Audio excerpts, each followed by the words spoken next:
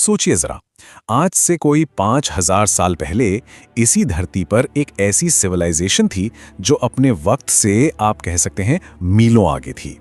एक ऐसी सभ्यता जो आज के मॉडर्न शहरों को भी टक्कर दे सकती थी।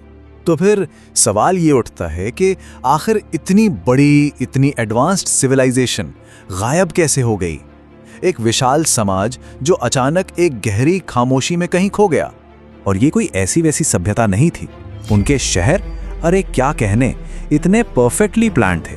सीधी सीधी सड़कें, बिल्कुल ग्रिड पैटर्न में, और उनकी इंजीनियरिंग तो ऐसी थी कि आज भी देखकर लोग हैरान रह जाते हैं।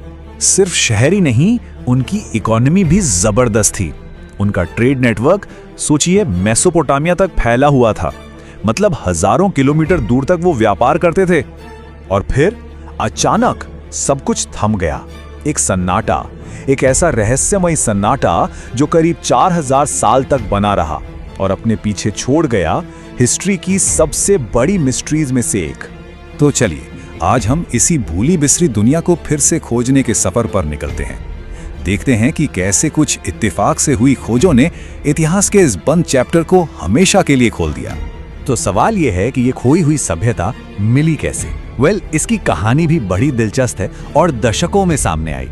देखिए, पहली बार 1826 में चार्ल्स मेसन नाम के एक ब्रिटिश एक्सप्लोरर ने कुछ अजीब से ईंटों के टीले देखे, पर उन्हें कुछ समझ नहीं आया कि ये है क्या। फिर 1856 में तो एक बहुत बड़ी गलती हो गई। बर्टन ब्रदर्स ने हड़प्पा के टीलों से निकली हजारों पुरानी ईंटों का इस्तेमाल रेलवे लाइन बनाने में कर लिया। उन्हें जरा भी अंदाजा नहीं था कि वो इतिहास का कितना बड़ा खजाना तबाह कर रहे हैं। असली कहानी शुरू हुई 1921 में, जब आर्कियोलॉजिस्ट दयाराम साहनी ने हड़प्पा की पहली ऑफिशियल खुदाई शुरू की। और बस इसके बाद तो जैसे एक दरवाजा ही खुल गया। ठीक अगले साल 1922 में यहां से 590 किलोमीटर दूर मोहनजोदाड़ो, जिसका मतलब है मुर्दों का टीला, वो भी मिल गया। अब तस्वीर बिल्कुल साफ थी। ये एक दो शहर नहीं थे, बल्कि एक पूरी बहुत बड़ी सिविलाइजेशन थी जो हजारों साल से जमीन के नीचे सो रही थी। तो चलिए, अब इस सिविलाइजेशन के गोल्डन पीरियड यानी मैच्योर हड़प्पन फेज में चलते हैं और देखते हैं कि ब्रॉन्ज एज के ये शहर, ये महानगर अपने वक्त से कितने आगे थे। जरा इस नंबर पर गौर कीजिए, 1.3 मिलियन स्क्वायर किलोमीटर्स, मतलब 13 लाख वर्ग किलोमीटर। इतने बड़े एरिया में ये सिविलाइजेशन फैली हुई थी। ये नंबर ही अपने आप में इसकी विशालता की कहानी कहता है। अब इसको थोड़ा पर्सपेक्टिव में रखते हैं। उस जमाने की जो दो सबसे मशहूर सिविलाइजेशंस थीं, इजिप्ट और मेसोपोटामिया, अगर उन दोनों के एरिया को मिला भी दें तो भी इंडस वैली सिविलाइजेशन उनसे बड़ी थी। यह सच में एक एंशिएंट सुपर पावर थी। इनके शहरों का स्ट्रक्चर तो कमाल का था। बिल्कुल किसी मॉडर्न आर्किटेक्ट के ब्लूप्रिंट जैसा लगता है, एकदम सटीक, लॉजिकल। शहर को आप देखिए, दो मेन हिस्सों में बांटा गया था। पहला हिस्सा था सिटाडेल या गढ़, जो एक ऊंची जगह पर बना था। यहाँ बड़ी बड़ी पब्लिक बिल्डिंग्स थीं जो शायद एडमिनिस्ट्रेशन या पूजा पाठ के लिए इस्तेमाल होती होंगी। और फिर था लोअर टाउन, जहाँ आम लोग रहते थे। ये कोई टेढ़ी मेढ़ी गलियों वाला शहर नहीं था, बल्कि एक परफेक्ट ग्रिड पैटर्न पर बसा था, जहाँ सड़कें एक दूसरे को 90 डिग्री पर काटती थीं। लेकिन सबसे ज्यादा हैरान करने वाली चीज उनका अंडरग्राउंड ड्रेनेज सिस्टम, एक ढका हुआ नेटवर्क जो हर घर से जुड़ा था। ये अपने जमाने से सैकड़ों साल आगे की बात थी। और जब हम इन शहरों के डिटेल्स में जाते हैं ना, तो और भी हैरान रह जाते हैं। सोचिए, हजारों किलोमीटर तक फैले हर शहर में एक ही साइज की स्टैंडर्डाइज्ड ईंटें इस्तेमाल होती थी। इसका मतलब क्या है? इसका मतलब है कि उनके पास एक सेंट्रलाइज्ड प्लानिंग थी और मास प्रोडक्शन की टेक्नोलॉजी थी। घर भी कोई छोटे मोटे नहीं, अक्सर 2-2 मंजिला होते थे और हर घर में अपना कुआं और अपना टॉयलेट। ये तो आज भी कई जगहों पर एक लग्जरी है। और फिर आती हैं मोहनजोदड़ो की वो विशाल बिल्डिंग्स, जैसे द ग्रेट बाथ, जिसको वाटरप्रूफ बनाने के लिए बिटुमेन का इस्तेमाल किया गया था, और द ग्रेट ग्रेनरी, जो इस बात का सबूत है कि उनके पास एक मजबूत सेंट्रल एडमिनिस्ट्रेशन था जो पूरे शहर के लिए अनाज स्टोर करता था। शहर तो बहुत शानदार थे, लेकिन इनमें रहने वाले लोग कौन थे? चलिए, अब इन इमारतों से आगे बढ़कर उन लोगों की बात करते हैं। देखते हैं कि हम उनके बारे में क्या जानते हैं और क्या-क्या पहेलियां आज भी अनसुलझी हैं। तो उनकी जिंदगी कैसी थी? उनकी इकोनॉमी खेती और इंटरनेशनल ट्रेड पर चलती थी। वो गेहूं, जौ उगाते थे, और एक कमाल की बात, ये दुनिया के पहले लोग थे जिन्होंने कॉटन यानी कपास उगाया और उससे कपड़ा बनाया। क्राफ्ट्समैनशिप में भी वो कमाल के थे। मिट्टी के बर्तन, कीमती पत्थरों के मनके और कांसे की मूर्तियां बनाने में माहिर थे। आपने डांसिंग गर्ल की मूर्ति तो देखी ही होगी। ट्रेड को आसान बनाने के लिए उन्होंने वजन और माप का एक बहुत ही सटीक स्टैंडर्डाइज्ड सिस्टम भी बनाया था। और सबसे इंटरेस्टिंग बात, खुदाई में बहुत कम हथियार मिले हैं, जिससे लगता है कि ये काफी हद तक एक पीसफुल सोसाइटी थी। लेकिन उनकी सबसे बड़ी पहेली है उनकी लिखावट, उनकी स्क्रिप्ट। करीब 400 से 500 अलग-अलग सिंबल्स वाली ये राइटिंग सिस्टम आज तक कोई डिकोड नहीं कर पाया है।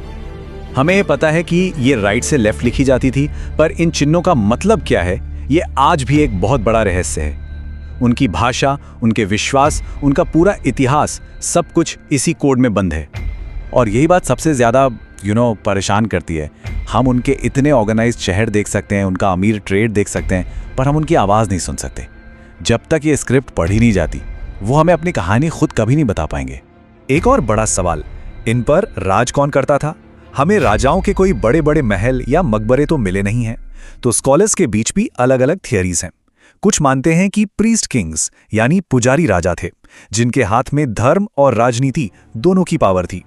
एक और थियरी यह है कि अमीर व्यापारियों के काउंसिल शहरों को चलाती थी, या फिर शायद कोई एक सिंगल रूलर था ही नहीं और हर बड़ा शहर अपने आप में एक इंडिपेंडेंट स्टेट था।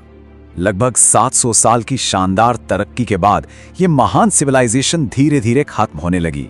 तो चलिए अब इस कहानी के आखिरी चैप्टर की तरफ बढ़ते हैं और देखते हैं कि इसके पतन के पीछे क्या सबूत मिलते हैं। पहले बहुत समय तक ये माना जाता था कि आर्यों के हमले की वजह से ये खत्म हुई, लेकिन अब इस थ्योरी को लगभग सभी ने नकार दिया है। आज ज्यादातर एक्सपर्ट्स का मानना है कि इस सिविलाइजेशन के गिरने की सबसे बड़ी वजह थी क्लाइमेट चेंज। हाँ, बीमारी और आपसी झगड़े जैसे फैक्टर्स भी रहे होंगे, पर जो मेन विलन था वो था बदलता हुआ मौसम। और ये कोई एक दिन में नहीं हुआ, ये एक स्लो प्रोसेस था, एक डोमिनो इफेक्ट। लगभग 1900 बीसी के आसपास मॉनसून का पैटर्न बदलने लगा। जो बारिश खेती के लिए जरूरी थी, वो कभी भी होने लगी या होती ही नहीं थी।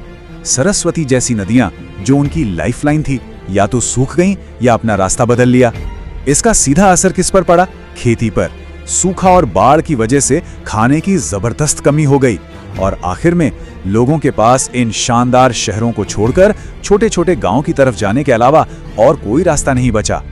इंडस वैली की कहानी सिर्फ इतिहास का एक पन्ना नहीं है, ये आज की दुनिया के लिए एक बहुत बड़ी सीख है, एक चेतावनी है।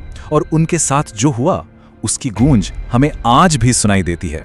उनकी विरासत आज भी हमारे साथ है।